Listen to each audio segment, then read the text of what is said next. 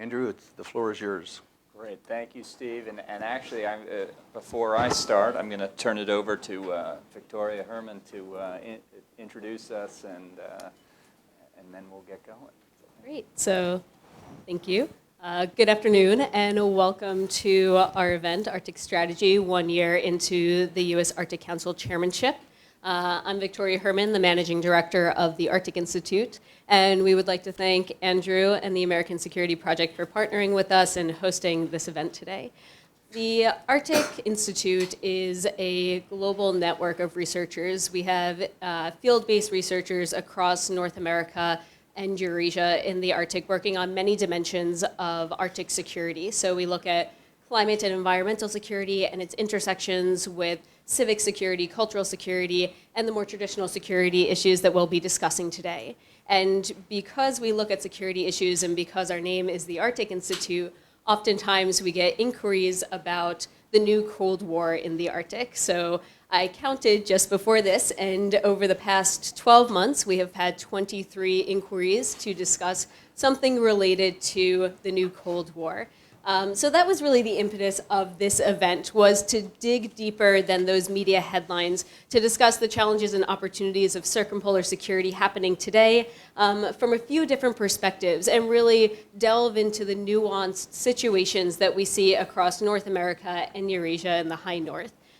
So without further ado, I'll hand it over to Andrew, who will moderate the event, introduce our speakers, and tell us a bit more about the American Security Project. Great. Thank you, Victoria, and thanks especially to the Arctic Institute for partnering with us and getting us going on this work. And I've worked with Victoria and her predecessor Malte for years, so it's great to we've been talking about doing something like this for years, so it's great to actually make it a reality.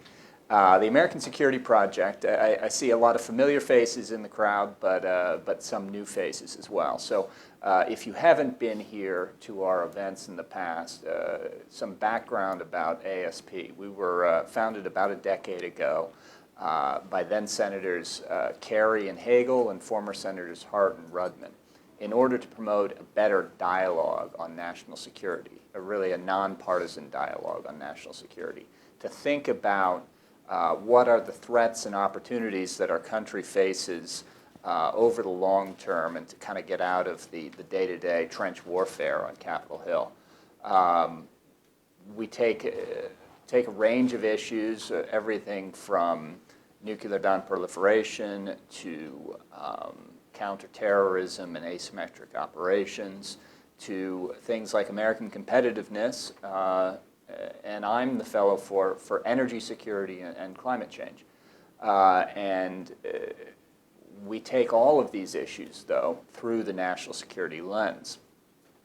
As a fellow for energy and climate change, that led me into looking into and researching on the Arctic, because it really is a place where these, energy, the last frontier for energy resources, climate change, we care about it because the climate is changing, especially up there, so fast, and the ice is melting at unprecedented rates that it's really opening for human habitation and exploration for the first time in human history.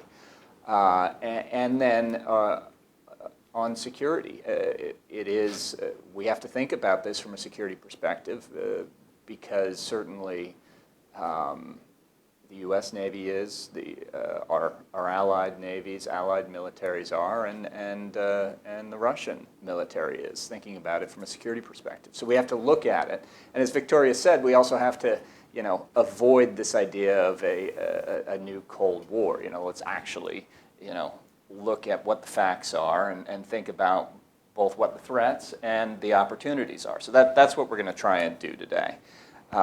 Before I introduce and turn it over to our speakers, though, I wanted to kind of set the scene a little bit. So a year and a half ago, in the lead up to U.S. taking the chairmanship of the Arctic Council, I was asked to testify before the House Committee on Foreign Relations about what the U.S. should be doing in the Arctic and the Arctic Council. And I gave 5 recommendations at the end, and I think it's actually useful to kind of go back and look at these to see what's happened since then. First recommendation was ratify the UN Law of the Sea Convention. So no, we haven't done that. Second recommendation was increase funding for U.S. military presence by either U.S. Navy or U.S. Coast Guard. And I think there's actually some movement on that. We've seen some funding going obviously into the new icebreaker, but there's also been talk and push on not drawing down forces in Alaska and that sort of stuff. So that's actually slowly moving. 3, make a final decision on whether to approve and regulate offshore oil drilling. And this was in the context at the time that, we really didn't know, oil companies really didn't know whether the Obama administration was going to move forward or not. So there's still some uncertainty in that, but I think slowly moving forward with the Department of Interior rules and all that sort of stuff, bringing more certainty to that. 4, elevate Admiral Papp's role to a permanent ambassador level position. No, that hasn't happened, and I think it still should. Congressman Sensenbrenner has a bill to do that, and I think it's actually should be pretty easy to pass, but it hasn't. And then 5, raise the Arctic's profile by regularly participating in Arctic-focused events. And I think that's actually been the biggest thing about our chairmanship of the Arctic Council is the fact that people like Secretary of State Kerry have gone up to the Arctic and continue to go up to the Arctic. He's on his way to the Norwegian Arctic as we speak. The president went to Alaska, first president to go to the Arctic. So these things are important. So I think there has been progress in, let's count, let's say about 2.5 out of 5. So pretty good. So things are moving, but maybe there's some more things that we can be doing and should be doing. So with that, I'm going to stop talking, and we're gonna hear from our esteemed panel here, and I'll just quickly introduce them, and then we'll go from there. First will be Brigadier General Stephen Cheney. He's CEO of the American Security Project and a member of the Foreign Affairs Policy Board and State Department International Security Advisory Board, and he's been actually working on a paper for the International Security Advisory Board on Arctic issues, which will be publicly released within a month. So keep an eye on our website. We'll link to it. After him, Captain Erik Bøe, Assistant Defense and Naval Attaché for the Royal Norwegian Embassy, will offer perspective on Norway's long interest in Arctic affairs, and we're pleased to have him here, and thanks to the Norwegian Embassy for partnering with us on this. And then finally, Seth Myers is a fellow at the Arctic Institute and has worked at a series of think tanks on security issues, and he'll discuss developments in the regional security considerations throughout it. So we're going to try and keep a relatively short for each of them, and so we'll have time for questions from the audience. So be thinking of good ones and call us on that. So thank you, and General Cheney, over to you. Andrew, thank you. Full disclosure, I hate to disappoint you, but I am not an Arctic expert. But that said, I've spent the better part of the last 1.5 years with the International Security Advisory Board on their Arctic Study Group, and the terms of reference, which are all public, were given to us by Rose Gottmiller, who's the Undersecretary of State for Arms Control and International Security. And part of the focus of those terms of reference, and I won't read them all here, but the major focus is Russia. And a lot of that, of course, is security related. Now, I know we build today's event as 1 year into our chairmanship of the Arctic Council, which it is. And of course, Secretary Kerry is the current chair. We've got 1 more year left to go. Admiral Papp is our senior representative assigned to it, and I'll talk a little bit about that. But as many in this audience are aware, by its own precepts, the Arctic Council does not discuss or consider security considerations. And of course, that's kind of my focus, and under the ISAB, that's been what I've been tasked to look at. And I come from a long storied Marine career, but my involvement in foreign relations started with the Council on Foreign Relations in '93 and '94 as a military fellow, and I've kept that up. And I bring that up today too because the Council on Foreign Relations has its own study group now. Task force just commissioned 2 weeks ago on the Arctic, chaired by Thad Allen and Christine Todd Whitman. I'm on that group as well.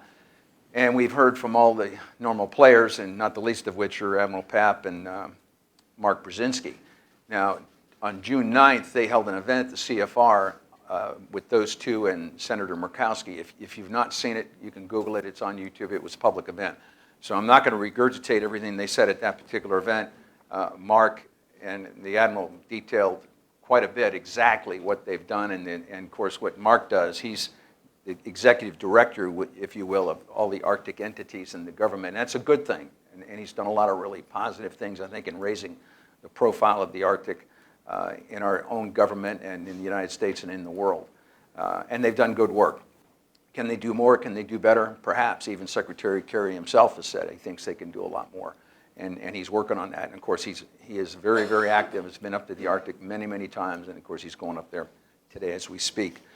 When you pull up their own website, the Arctic Council, you'll see a number of things that they listed as highlights and what they think they ought to be doing. Among them are promoting Arctic ocean safety, security, and stewardship. I think they've done that and are doing that. Improving economic and living conditions in the region. Not so sure on that one. Addressing the impacts of climate change, and when you listen to Senator Murkowski, 2 weeks ago, she said the spring this year in Alaska was 8 degrees warmer than it's ever been. They had to truck in snow for the Iditarod.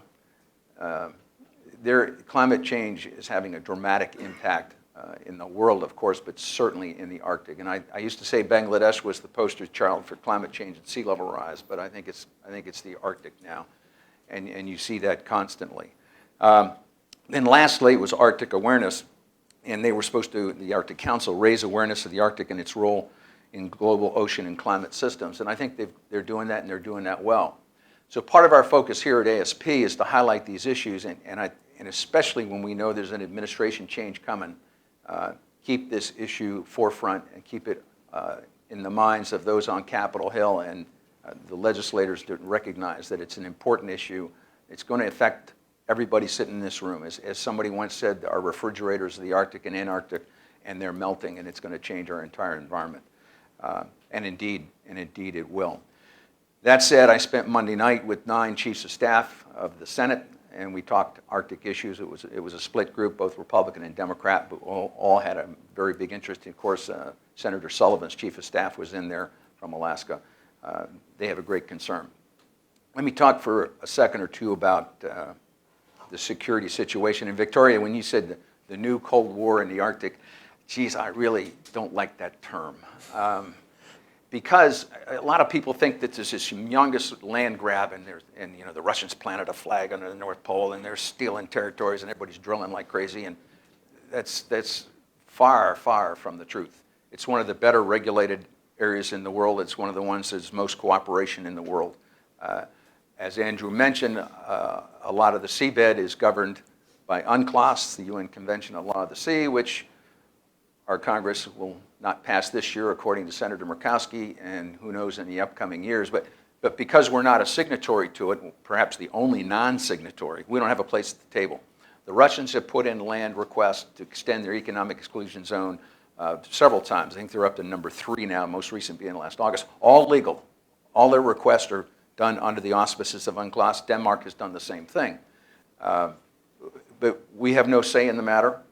We are, I guess you would say, an observer to UNCLOS, if anything else, and we take a back seat to it. So I think that is something that really has to be addressed, and we ought to be looking at. Another thing, we also build this as the ISAB's coming out with a report, and we hope to have that report here today. The State Department's wheels grind slow sometimes, and we've been working on this since April of last year. We're down to a final draft.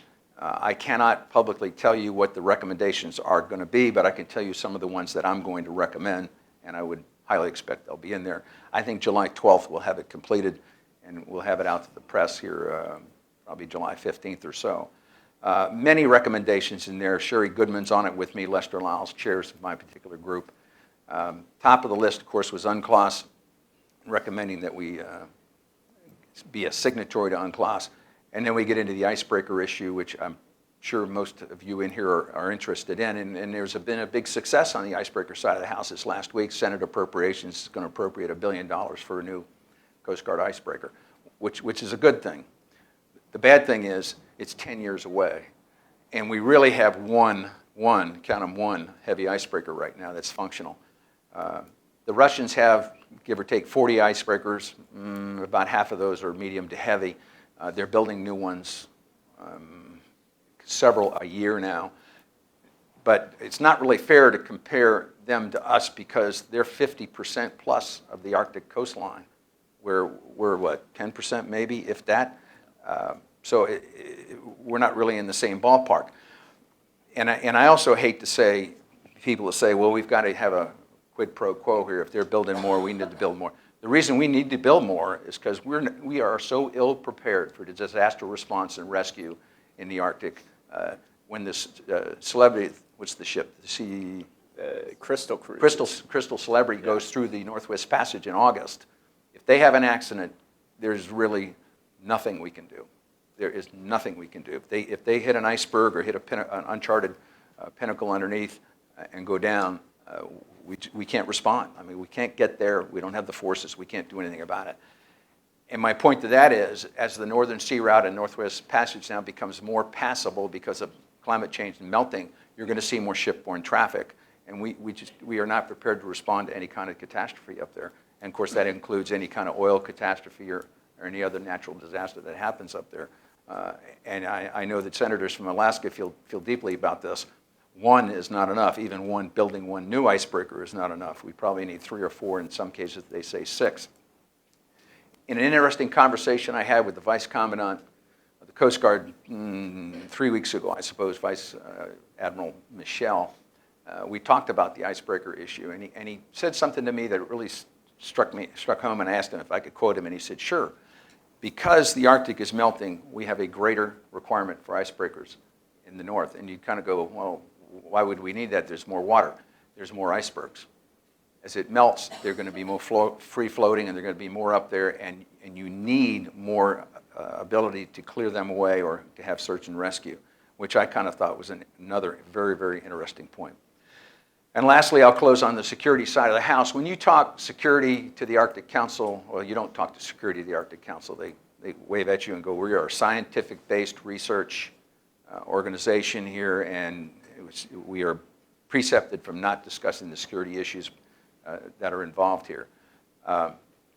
I believe there ought to be a mechanism to talk security with all 8 Arctic nations, obviously including Russia. What's gone on in Crimea and Ukraine and our new sanctions against them and the severing of most military-to-military relations with Russia, we've got no venue to talk to them about what's going on in the Arctic. Now, it's no surprise that they have dramatically, over the last 10 years, increased the positioning and are building their forces greatly in the Arctic. Most of it's around Murmansk, but not all of it. And what they will tell you is because 20% of their GDP comes from the Arctic, that they're protecting the resources, and with the opening of the Northern Sea Route, they want to protect those ships that are passing through as well as tax them and use it as a source of revenue, that there is no aggressive, offensive military capability associated with the forces put up there. I'm not sure that's particularly the case, but that also said, a majority of their ballistic missile submarines are stationed in Murmansk, and that's a national asset to them, and they want to protect that, and that's clearly understandable. I think we shouldn't do anything to threaten that. Often I'm told, let's position more forces in Alaska, and I kind of go, what for? If they're there for disaster response and relief, it's a good thing. If they're there for cold weather training, that's a good thing too. If they're there to counter the Russians, in my opinion, that's a bad thing. We don't want to aggravate that situation whatsoever. So lastly, I'll close when I talked about having a mechanism to talk to Russia on the security side. Some say, well, NATO can do that. You mentioned NATO and Russia in the same sentence, and the Russians tear their hair out. That's not going to work. So there ought to be some kind of a organization, perhaps similar to the Arctic Council, which has all 8 countries, but talks security. And my recommendation, and it falls in line with Heather Conley's, is having something along the lines of the Organization of Security and Cooperation for Europe, OSCE, type model, where you could create a new organization and have it address security concerns across the board. And it's not hard to do. There's a model there and it can be done. And I've got some interest on that side, Congress, and I know, Seth, you're probably going to talk a little bit about this. So that's where I'm coming from on all this. I appreciate everybody being here. I think the Arctic Council is doing a good job. Can they do more? Sure.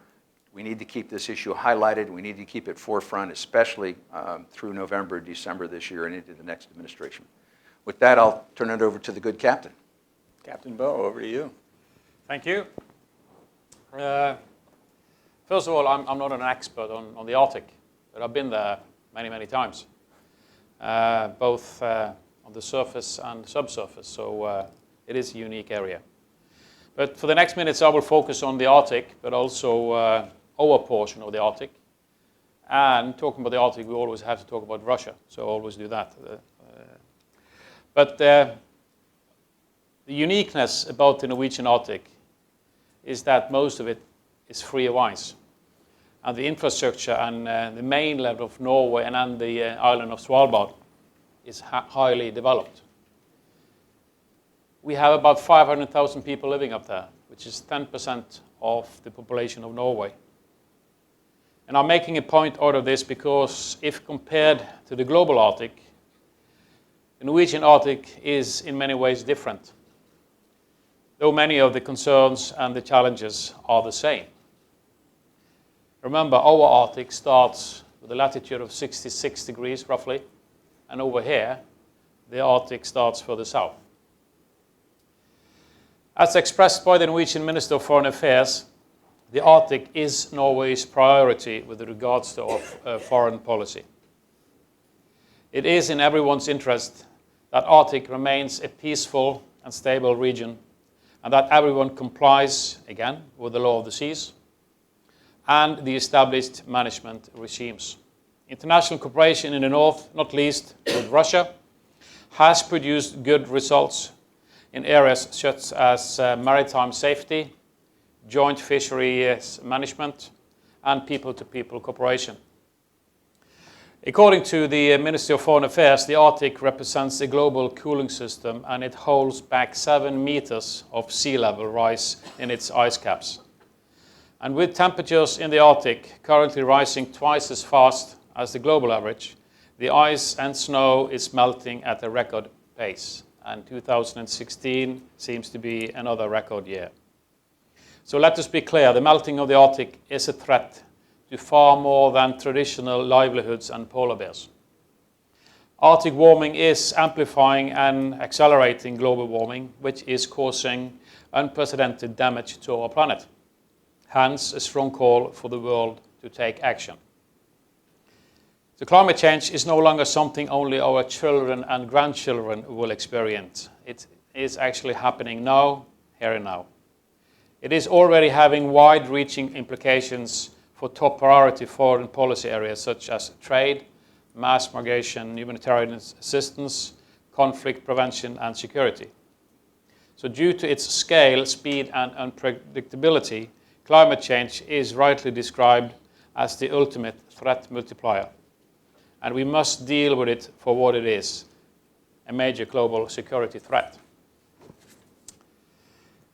Because of Norway's interests and responsibilities in the Arctic, it is essential for us to maintain presence in the region and protect our rights and fulfill our obligations. Norway is therefore increasing the armed forces' presence at sea and enhancing their monitoring capacity. There is an increasing interest for the Arctic. However, there is no race towards the Arctic. Yes, we are seeing an increase in commercial activity, trade, and technological innovation in the Arctic. But remember, for humans, this is almost a no man's land. So then over to Russia.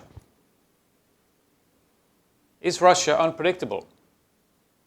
Is Russia kind of a black box, a political entity not possible to understand, or a mystery cannot be solved? I will argue that we do know a lot with regards to the drivers in Russian politics, their goals, the ways and means, the instruments, at least regarding foreign and security policy. It is predictable that Russia would like to dominate the earlier Soviet areas, the satellite states, that they will protect Russian interests and Russian citizens. The fact that Russia was willing to use military power to prevent an Ukrainian EU integration was a surprise for many. However, Russia's wish not to be challenged in their neighborhood had been stated for 15 years. It is predictable that Russia is, what we may call it, paranoid with regards to own security and NATO. We mean that NATO does not threaten Russia. They mean NATO's politics, especially NATO's expansion and their increase of military capabilities in East Europe, does threaten Russian security. Another thing, being a little bit provocative again, in April this year, Russian fighters in the Baltic harassed an American Navy ship, USS Donald Cook. It was dangerous, it was wrong and unjustifiable, but maybe not unpredictable. They have for a long time warned us about their ability and willingness to counter any European missile defense near Russian territories, of which they claim the USS Donald Cook is a part of. It is also predictable that Russians utilize all their instruments to get what they want. The last years they have, and still do, improved their military capabilities and their ability to make quick decisions and coordinate the instruments of power, as demonstrated in Ukraine and Syria. A lot of Russian politics is predictable, but there is also a lot of uncertainties. For instance, the degree of revisionism in Russian foreign politics. They are not happy with NATO's expansion. But does that mean that they intend to change the fact that the Baltic states have been a NATO member for 10 years? Does Russia have the will to confront NATO militarily? They have military concept and capacities, but it does not mean they intend to confront a military superior opponent. But it worries. What is President Putin's rationale for doing what he is doing? Is he a genius? Or is he, in lack of a better word, mad? All the time he is in charge of politics, which we in the West do not understand, while he tends to be unpredictable. We have to live with a Russia that can surprise us, but it should be possible to mitigate the consequences of what is unpredictable and exploit what's predictable. All our experience with Russia says that they do not want a confrontation, not with NATO, not with us in Norway. At the same time, they are dissatisfied with parts of our politics. And today's political climate gives room for misunderstandings. Russia has the ability to exploit windows of opportunity and plenty of political and military instruments to affect an opponent. So if they want to put pressure on NATO or Norway, they will use all available means in a modern conflict. Talking about information operations, cyber operations, paramilitary, insurgency operations, all difficult to handle unless you want to end up escalating the situation. They, as nobody else, as anybody else, will make sure that they are not the aggressive part. So our knowledge about our neighbor in the East tells us that they have the ability to challenge us, not only militarily. In Norway, we have different entities with a lot of knowledge about Russia. To call Russia unpredictable does not give any added value. It more points back at us being inadequate. We know Russia better than that, and they know us. And we have to utilize our knowledge to communicate and implement realistic and robust politics, as we have done for decades. Russia's violations of the international law in Ukraine have affected also our relations. In response to Russia's unacceptable actions, Norway has suspended its military cooperation with Russia and also postponed a number of political relations. At the same time, our shared geography and border makes it necessary to work together on a number of issues. Issues like search and rescue, managing shared fish stocks, environmental protection, nuclear safety, maritime safety, as well as Coast Guard and Border Guard activities. In order to avoid any misunderstandings, we also have an open line between the Norwegian Joint Operational Headquarters and the Northern Fleet. We see no direct threat to Norwegian sovereignty in the north today. Looking at the map from a polar projection, we see that about 50% of the circumpolar areas are Russian. Hence, Russia clearly has legitimate interests in this area. Having said that, we must of course consider the new security landscape in Europe. A new normal has been introduced, which strongly affects how we address our security and defense policy. Thank you so much. Captain Bøe, thank you. Over to you, Seth. All right, excellent. Thank you. Yeah. Great. So I'm just going to give a brief overview of sort of what I see as the security environment in the region and try and offer a bit of a historical perspective, and then very briefly touch upon possibilities for U.S. leadership, which I think General Cheney has already spoken to better and more eloquently than I can, so I'll just go very briefly on that. When looking at the Arctic from a security perspective, I think it's important that one look not just intra-regionally, but extra-regionally as well. And I say that because despite a lot of attempts, mostly by the press, to be fair, as my colleague Victoria touched upon, to build up the notion of a new Cold War, drum roll, or a fight over Arctic resources, or sort of a battle royale over undefined borders, I tend to agree with the vast majority of Arctic experts on this, and that this is not likely. It's not feasible, it's unrealistic, there's simply no reason for anyone to engage in it in the near to medium to somewhat long term. So I believe that in fact the Arctic is far more threatened by events outside the region than events in it. I think it is prone to the concept of what we call strategic spillover. And there's a tendency to look back at the last quarter century and declare the Arctic a peaceful region, a region of laws, a highly governed region, the most governed region in the world, et cetera, et cetera. However, the last 20 years, from a perspective of great power, conflict, and competition, have actually been abnormally peaceful compared to most of history. You really have to go back to the period between the Crimean War and the outbreak of World War I to find sort of an analogous period in history. And I would contend that the Arctic just reflects that. And that, I contend, is the crux of the Arctic security environment. It tends to reflect the international system writ large. And to quickly clarify, I say that in regard to great power politics. I'm not speaking in terms of the so-called small wars, irregular warfare, guerrilla warfare, terrorism. That obviously is not taking place in the Arctic. And while those are devastating and horrible and can be very destabilizing on a regional and certainly within a country aspect, they tend not to disrupt the international system to the same extent that great power competition does. So I would posit that if we just look back throughout history, we'll see that usually what's going on in the rest of the world is in fact what's going on in the Arctic. If we go back about 100 years ago from today to 1917, it was of course the middle of World War I, and the USA was landing Marines in the Russian Arctic in an attempt to intervene and put down the Bolsheviks in the Russian Civil War. In 1940, as the Nazi war machine rolled seemingly unstoppable across Europe, Bøe in the Norwegian Arctic was being devastated by the Luftwaffe as Germany advanced into Norway. 3 years later, the tide of the war had begun to turn. The Nazi war machine had been stopped. Allied forces were beginning to roll back German advances. And if we look to Bøe in 1943, we find Operation Leader, in which German shipping and Norwegian shipping under German control was in turn decimated by Allied air attacks. Throughout World War II, post-Operation Barbarossa, there were Arctic convoys resupplying the USSR. They were dangerous. There were quite a number of medals won on them.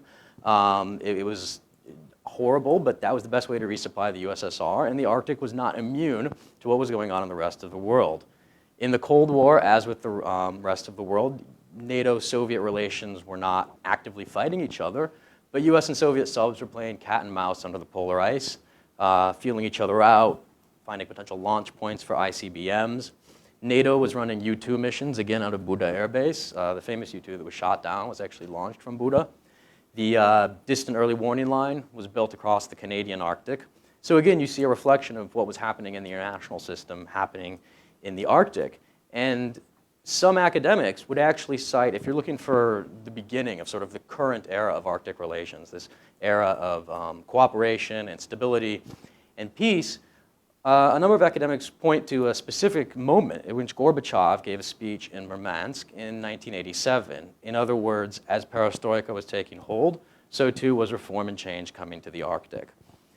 Now, as discussed, the region has been largely peaceful and cooperative for the last 25 years, as has the international system in general. However, we are beginning to see changes in that system. I would contend that Russia at this point can be fairly described as a revisionist power that is trying to roll back. I agree with Captain Bøe that they're not looking for an actual fight with NATO, but I do think it's fair to say they're trying to roll back NATO and EU influence on its borders and to remake the international system in such a manner as to maximize its own power and reduce the influence of American power. We see this to a lesser extent with China. Their intentions, I would argue, are less clear than Russia. But again, we're starting to see a shift in the international system away from the unipolar moment, so to speak. And accordingly, you're seeing signs of this in the Arctic. I think we're starting to see signs of this strategic spillover. There's been the cancellation of mil-mil exercises between NATO nations and Russia. Northern Eagle was canceled after Western sanctions took hold. Vigilant Skies has not happened since 2013. These were exercises between, in the former case, it was going to be Norway, the US, and Russia. In the latter case, it was the United States and Russia. We've seen an active Russian remilitarization of the Arctic, setting up a series of bases, including everything from search and rescue stations along the Northern Sea Route, which, as Captain Bøe alluded to, you cannot argue with the legitimacy of, to airfields and air defense radar stations. We've seen the Northern Fleet practicing aquatic landings on Arctic islands. So, again, difficult to tell what exactly is going on there, but it's not all purely defense of the status quo, shall we say.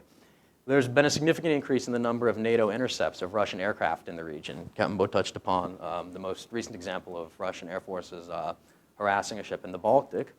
And we've seen Western sanctions that are targeting Russia over what's going on in the Ukraine specifically affect economic development in the Arctic. We've seen the sanctions target specific companies that are working on developing the energy infrastructure in the region. Now, again, the topic of this event is American leadership, so I want to briefly touch on that. Because I do think there's a unique opportunity that may exist to address some of the aforementioned issues. Generally speaking, as General Cheney alluded to, the concept of military security in the Arctic has been controversial and almost verboten amongst some, you might say. The Arctic Council is prevented from talking about it. And generally speaking, most experts, most academics, and most foreign ministries seem to dislike even bringing it up because they argue there's no need of it. It's been peaceful, it's been stable for 25 years. Why would you rock the boat? However, within the last month, the government of Denmark conducted a review of its foreign policy in which it acknowledged the increasing complexity of the security environment in the Arctic and recommended either allowing the Arctic Council to talk about military security or creating a new body in which that could be discussed. People have sort of latched on to the latter is the notion of a potential Arctic Security Forum, if you will, in which these issues could be addressed. I see this as an opportunity, and perhaps the best that we will have, at least in the near term, for the USA to engage in some genuine regional leadership and take advantage of the sort of diplomatic cover that Denmark has provided us, if you will, by raising this issue and by acknowledging the potential utility of such an organization to move forward with this suggestion. I think that we owe it to ourselves and to the world to at least test the waters, see if it's feasible, see if it's possible, see if it can be done. Personally, I don't recommend, I agree with General Cheney, I don't recommend securitizing the Arctic Council. I think it's done a good job thus far with its mandate, and while I suppose I'm recommending rocking the boat on a macro level, I don't see any reason to do that organizationally. But I think that we can build upon some existing structures, be it the Arctic Coast Guard Forum that has continued to meet despite sanctions against Russia, some of the other mil-mil engagement that's been done bilaterally. I think there's an opportunity, and I think that the time to do it is now. People say, well, there's no need, don't rock the boat. It's a very peaceful situation right now. It's highly governed, it's stable. Well, that's when you want to build a security architecture. You don't want to wait until everything has gone haywire and then try and set up the rules of the road. The idea is you set up the rules of the road to prevent things from ever getting to that point in the first place. So just to kind of quickly conclude, as I said, I would argue that the Arctic has generally reflected the international system, and the international system is growing in complexity, and the dangers in the international system are growing, and we're starting to see this spill over into the Arctic. We have a unique opportunity right now to perhaps head off some of that instability that could be coming and take advantage of the current stability and the current governance to deal with some of these challenges before they become firmly entrenched. Thank you, and thanks to all of our speakers. And I'm going to take moderator's privilege to ask kind of I think maybe we were a little bit deliberately provocative, and I think that's good. And I'm maybe going to be that as well. I guess I've had, when I've taken these same press calls that Victoria talked about, it's kind of the answer is so what? What do you expect to happen? And I think Seth did a good job of outlining that, yes, now it's peaceful, but we have this bias that what's happening now is what's always been and what's always will be. And I think it was very important to show that that's actually not the case. So maybe I'll show kind of what I think is so what and why we should do this now and why we worry about this. I've kind of answered that question a couple of times in saying, well, look at China and the South China Sea right now and the issues going over borders and over kind of this persistent militarization of some of these shoals and building up bases and stuff like that, and that if we don't act now to kind of keep this peace, maybe there's a threat that we could see similar destabilizations in 10, 20, 30 years in the Arctic. Now, maybe I'll ask Seth here, what do you think on that, and then open it to the other panel. Is that the danger, or is it something else? What are we trying to stop? Well, I mean, at a most basic level, again, I'm sort of going to default back to my initial statement, which is you're trying to do the same thing you are generally in the international system, which is prevent war. That's the worst case scenario, obviously. And then from there, you kind of climb down the ladder and try and prevent everything that leads up to it as best you can. The difference being that we have in a lot of the rest of the world regional organizations that work towards preventing that. And so, I think on a most basic level, really what you're trying to do is sort of maintain the way things are, right? I mean, things have worked pretty well to this point, but I would also contend that they've not really been challenged. As I said, the international system has been very peaceful, so there's not been a lot of challenge there. The other thing that I'll say, since we're being provocative, is that people point to the Arctic Council as proof of stability and proof of this great success, and everyone gets along and agrees, and it's immune from what's going on in the rest of the world. As we've discussed, the Arctic Council is prohibited from talking about security. Right. So, I would contend, and I'm not trying to denigrate the Arctic Council, I do think they do good work, but to say that success is avoiding the difficult topics and then issuing non-binding resolutions on the ones we all agree upon is a pretty low bar, and I think we can do better than that, quite frankly. I think that, while times are good, that's when you bring up the hard subjects, and you work to create trust, you work to create general agreement and principles about how the region is going to be, and hopefully you actually can then insulate it from the rest of the world. That's TBD, but I think that's the goal ultimately. Captain Bøe, what does Norway see? I mean, you talk about you all do know Russia, and what does Norway see as kind of what is the threat that we're trying to prevent here? What's the future that we don't want to happen? We have this kind of the relationship with Russia. I mean, we have never been to war with Russia, never. We have about 121 miles of border together with them. If you ask people in Southern Europe how they feel about Russia, you will have one answer. If you ask people about this, or ask the same question in South Norway, you will have another one. And if you ask people up in Northern Norway about Russia, they don't know what you're talking about, because people-to-people relationship up there is as it should be. Not many, I think, personal opinion, not many people are kind of worried. We have kept the 4 to 5 most important kind of lines of operations with Russia, which we think is important. We have stopped kind of the military thing between our two nations.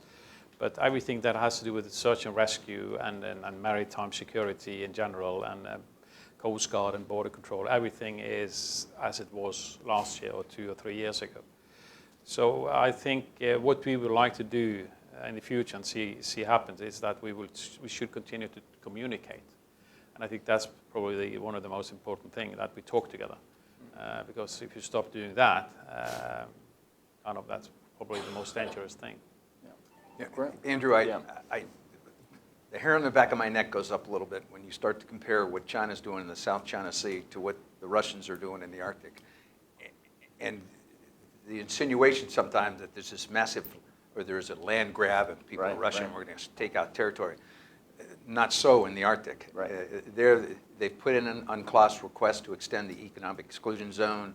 It's an extension of their own continental shelf. It may or may not be approved. Yeah. China, on the other hand, doing is it outside. building islands out of shoals, planting a flag on it, saying it's our territorial waters now, and they're now trying to put in requests too. But they've already said, even if they put in a request to legally get it established and it's turned down, which it probably will be, they're not going to abide by that anyway. Right. And plus that, it's thousands of miles away from mainland China here, and so it's clearly a provocation.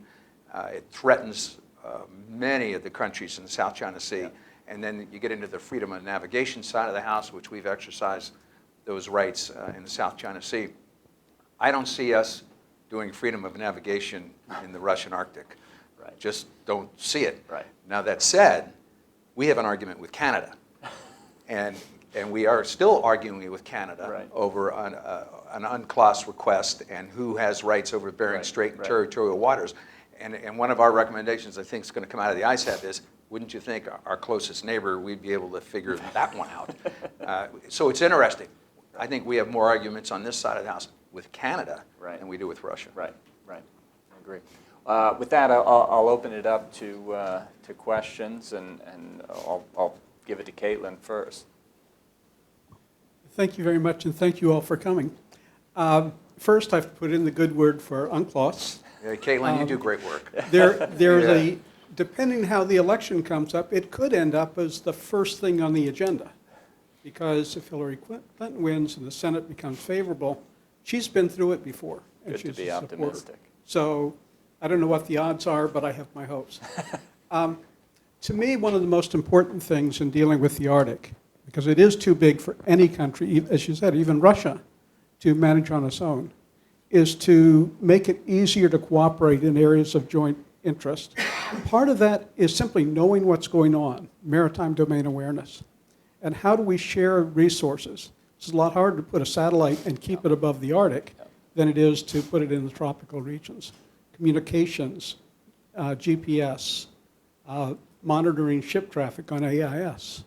All of these things require cooperative work, and enforcement even more, because if you go in someone else's water, you've got to have their law enforcement people on your ship. What do you see a way to do this? This may be more Coast Guard and fall under the Arctic Coast Guard Forum than national security. But what do you see as ways to build that maritime domain awareness so it can be useful for not just the military, but for civilian activities? Well, I'll start on that if you don't mind. Caitlin, you hit on a point that I didn't make earlier, and the ISAB's going to make a recommendation on the communication side. Most people weren't all that sad that Shell pulled out of the drilling business up in the Arctic, but I can tell you Alaska wasn't happy with it. And one of the tragedies of it was they had started to create a pretty significant communications network, but not now. And there are communications. You just don't go to the Arctic and pull out your cell phone and call your brother. I mean, it's not that easy. And so there is a huge communications gap up there. And that's a void that needs to be filled. And maybe that's a good area where the Arctic Council can work. It's not security per se, but it certainly got applicability on terms of rescue and those types of operations. So there's a lot of room to maneuver on that side. I'd be interested in the captain's thoughts about Captain it. Bøe, aboard ship, how has your domain awareness been? To be honest, I mean, the further north you get, the harder it gets. It has to do with, as you said, the the lack of GPS, AIS. I mean, communication in general is pretty awful up there. So it's not easy. So I'm not the expert on that, but I mean, and it should be possible to improve the way we communicate up there. I mean, we do other kind of difficult things around here, and that should be possible as well. So that's one thing. I mean, the other thing which we need to do something with, obviously, is what we call the mapping of the seabed. I mean, it's awful. I mean, I think there's a lot of numbers out, but I mean, between 5 or 20% of the mapping is relatively okay. The rest is we don't know anything. And then you have, if you then have a lot of ships sailing around there, I mean, something will happen, and then who should come and rescue? I mean, it's a kind of a nightmare, and that is a difficult thing. So both communication and mapping of the area is, to me, two things that we need to do something with. Very good. Questions, sir? And wait for the microphone, and please identify yourself. Henry Hedger, a retired government researcher at NARA. I thought I'd ask you what your feelings are on establishing bottling plants, say in Greenland or even northern Canada or any other states that border the region. The Finns have been using icebergs in the Gulf of Bothnia for bottling plants, and I thought, considering all the ice that's there, why not put it to use before it melts?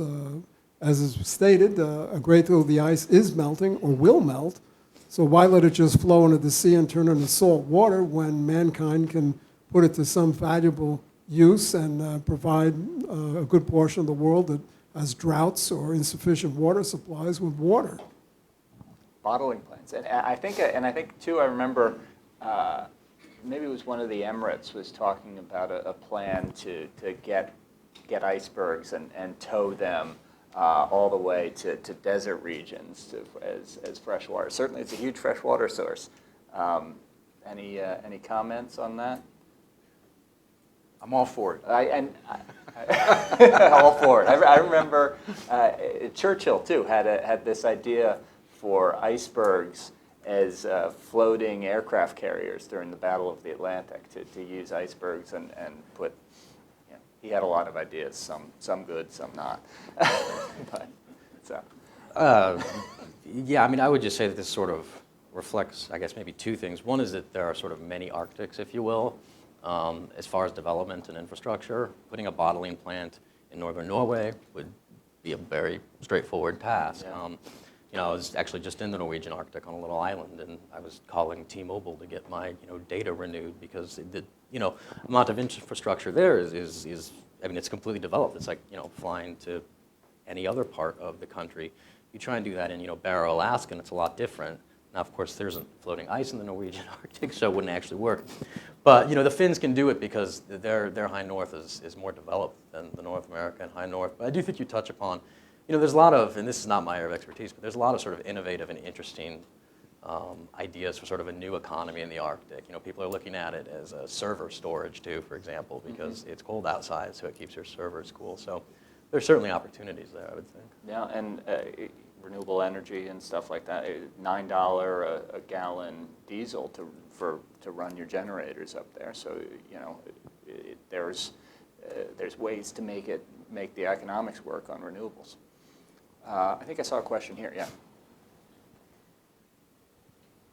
Hi, my name is Josh Golding. I'm an intern with the Defense Department.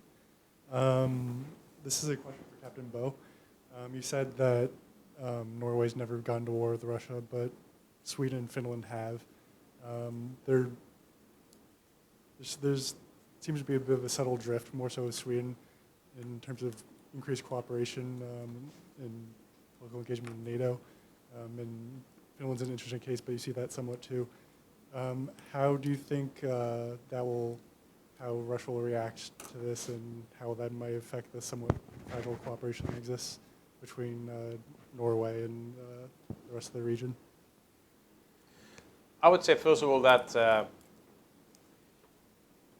Sweden has not a common border with Russia. Norway has and Finland has.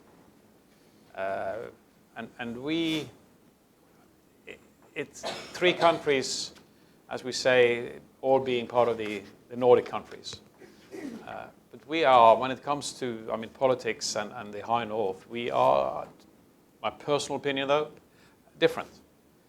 We are facing the Atlantic, facing the Arctic, the North Pole. Sweden and Finland not. Finland has a very long common border with Russia, and the way the Finns are dealing with Russia is totally different than the ways the Swedish are dealing with Russia. So we are different. As you said, Sweden is not part of NATO, Finland is not part of NATO. And if you ask me, you might do that afterwards, if I think they will be a NATO member, I don't think so in the near future. I said that 20 years ago, and I still don't think it will happen. Because they can, as long as, same as us, Norway, we are not part of the European Union, but we are very good at not being part of the European Union. Same with the Swedes, they are not part of NATO, but they are very, very important sort of NATO plus partner. And the same goes with Finland. So what I think personally what will be interesting to see is how Sweden and Finland, how they cooperate together, facing NATO and Russia at the same time. Sir, right here. Thank you. Jason Suslowicz with Senator Dan Sullivan's office. Along the provocative nature, I think I'm going to ask one too. And going back to the South China Sea example, I think the main concern in the Arctic is not that Russia is going to make large land claims and start building islands. I think it's general, as you talked about, it's the charging of a tax or a fee for international shipping traffic. And along those lines, is that consistent with international law? And if China were to do the same thing, instead of just requiring notification in the South China Sea of transit, if China were to start charging fees or taxes to move through the South China Sea, what would the U.S. response be, and why would that be different, or should that be different than what we would do in the Arctic? Oh, great question. Let me first talk about the difference between innocent passage and freedom of navigation, which frequently gets confused. Innocent passage is a recognition that they're your territorial waters, but we're going to pass through your territorial waters. Freedom of navigation is, this is not your territorial waters. We have a right to go through it, and we're going through it. And that's what we've been exercising in the South China Sea, because we don't recognize that China owns those territorial islands and owns those waters. So there's a difference there. Should they decide that they own those waters and want to create a tax, put a tax on people who are passing through those waters, that would be a dramatic escalation, and you would see an international uproar, a huge international uproar with it. Now, on the Russia side of the house, as long as it's within their own territorial waters or their EEZ, even within the EEZ, you should have passage over the water over the EEZ. So it bears watching, I would say, but I think there's this perception among a lot of people that there's going to be hundreds of ships passing through there all year round, and that's not going to happen for decades. Yes, it'll be open for portions of the summer for the next couple of years, and maybe it'd be even more open over the next 10 years. But as anyone will tell you, container ships can't go through there. They're not reinforced. So it's not like this is all going to open up overnight, and the Russians are going to make $1 gazillion charging people as they come through. I just don't believe that's the case. And plus that, it's a huge expanse that they've got up there. I mean, 50% of the Arctic land is Russian. So they will tell you they're going to use it as if the people are passing through their waters, one, they want to have them pay for search and rescue and escort, and that will be part of it, and there'll be insurance costs associated with it. But I just don't see it in the context of, for instance, what you say in the South China Sea. Yeah, I think I remember reading, and correct me if I'm wrong, that they they don't call it a tax. They don't call it. They call it a charge for search, a fee for search and rescue and icebreaker capability and this sort of stuff. And, but I guess a point of clarification is along the Northern Sea route. Do they consider it, and do we consider it an interior passageway? What's the term? I think Caitlin knows these very well. Territorial waters? Is it territorial waters? Is it an international strait? Article 154 of the convention gives a state the right in its ice-covered EEZ, if it's ice-covered most of the year, to set its own rules. It doesn't have to apply IMO rules. It can set its own and charge fee for services, which is what they're doing. There are 5 straits that are wider than 24 miles, so we would call them international straits, that almost no ship other than Russian ships have passed through without permission. The last time we tried to pass one of those was, I think, under the Johnson administration. And I believe it was a north wind, and they were informed that that would be considered an unfriendly act and met. And we didn't want to set an icebreaker to somewhere where there was going to be something armed enforcing that. Sure. So they do have, I mean, I would argue against it, but they do have the possibility of arguing historic waters in a way that's more valid, I think, than China's claims to the south. But for most of the part, they argue Article 154 is their basis right now for regulating that passage. And until the IMO comes up with a set of rules that Russia will sign on to, which would be the appropriate way to do it, that's going to be the way it runs. Great answer. Important. Great answer. Important clarification. Yeah. Question, sir, right in front. We've got a microphone here for you. My point is really looking at the kind of data you're using to develop policy. And I think that we're losing out on the data that we're being given to look at. And I say that, let's go back a few years. And would we have said then that there would be an 8-degree increase in temperature now? We'd probably say, well, 10 years, 15 years from now. But we have historical data that show that the temperature can go up twice that amount in 3 years. And that's happened a dozen times over the last 100,000 years. But people aren't looking at that kind of data. You can look at it, you can look it up. There's a book called 2 Mile Time Machine by Richard Alley. Now, Richard, he's one of the greatest minds, I think, in terms of glaciology. And yet, he doesn't want to make waves with that kind of data. So he's keeping quiet about it. And you look at the permafrost and how much carbon is there and how quickly it can go up into the atmosphere. Well, Ted Schur, who's one of the top scientists in this area, has really underplayed the role that that could play in pushing the climate up, the temperature up very rapidly, very fast. And I think when you get having your meetings and looking at what kind of policy you're going to have, what are you looking at in 5 years from now? You mentioned, 10 years from now and further down the road. What are the possibilities? And let's say what I'm saying is maybe 20% possible. That's right. That's a big percentage. So looking at the data rather than some of the conclusions that people are talking to the public about may be more important. That someone needs to delve in and look at the realities of the circumstances that we have and the potential for a much faster rise in temperature and much more severe conditions in the Arctic. And I mentioned one of them is methane hydrates. And you're doing all this drilling, well, that's going to upset the methane hydrates. And the ocean is getting a lot warmer, and suddenly someone might be releasing a huge amount of methane, and then you have all these parties that are agreeing to this and that.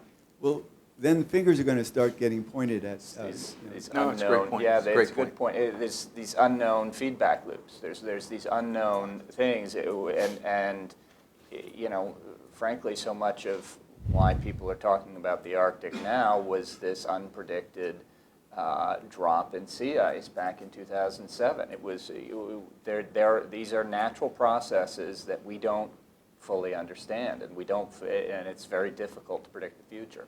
And that's why ASP and others we've argued for kind of this risk management approach on climate change writ large, and the fact that we do need better data, we do need better science, we need better predictive capability, and these sorts of things. A big part of mitigation, reducing emissions, is about reducing those extreme long tail risks, those things at the very end that we just don't know what's going to happen, and it's almost like this idea that we go to IPCC measures as, that's gospel and that's what's going to happen is certainly not always the case. And we have to be aware of these, and even if it's not the median prediction, you have to prepare for the worst.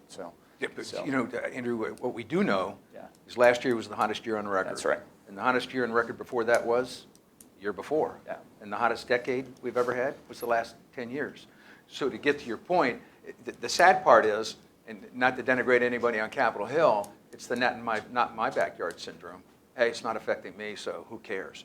Well, you're going to care if it all melts and your sea level rises 6 feet. Yeah. You're really going to care then. I think one part of this is linear. Yeah. Are we looking at a linear progression, That's or right. are we looking at a potential phase change? Yeah. And the Yeah. IPCC even has that in their report. Yeah. Yeah. I No, agree. couldn't Agree. more. I think we've got time for one quick one. All the way in the back. Yeah, Ray in the back. Yeah. I'm Ray Arnado, retired State Department, former chair of the Arctic Council. We've talked about transit in the northern passage. What about the Bering Straits? And maybe that's to you, General. Is that ISAB going to cover that? But we're going to have a lot of increase in traffic in the Bering Straits, which is pretty. It's not small, but it's congested. So have we talked to the Russians, or are we talking to the Russians about? That's one example of great cooperation between the United States and Russia, is the Coast Guard Forum, and they work together daily. And I think Seth mentioned that there is a structure there where the Coast Guards deal, like I said, daily between us and the Russians all the time. And so there's great cooperation there, and that's kind of a nice model. If we could use it for the rest of the Arctic, it would be ideal. There are some complications on UNCLOS and who owns waters, but that's not with Russia, it's more with Canada. But I think that there's more of a good example there of what's going on. The sad part is, when you're talking ice and the Arctic environment, we have no ships. I mean, we've got one icebreaker that's functional. One. Took us 30 years to budget for a new one, and that's not coming for another 10 years. And so to go back to Capitol Hill side of the house, we've got laws on the books that we cannot buy a foreign-built icebreaker. If it's going to be used in the United States military, it's going to be built in the United States. The Finns will build you an icebreaker for $400 million, maybe less. The one we've just budgeted for is ours. It's $1 billion. But we're not there yet. But if something catastrophic happens up in the Arctic, you can bet we'll buy somebody's pretty quick. Maybe I'm wrong, but. Well, thank you all, and join me in giving a hand to our panelists.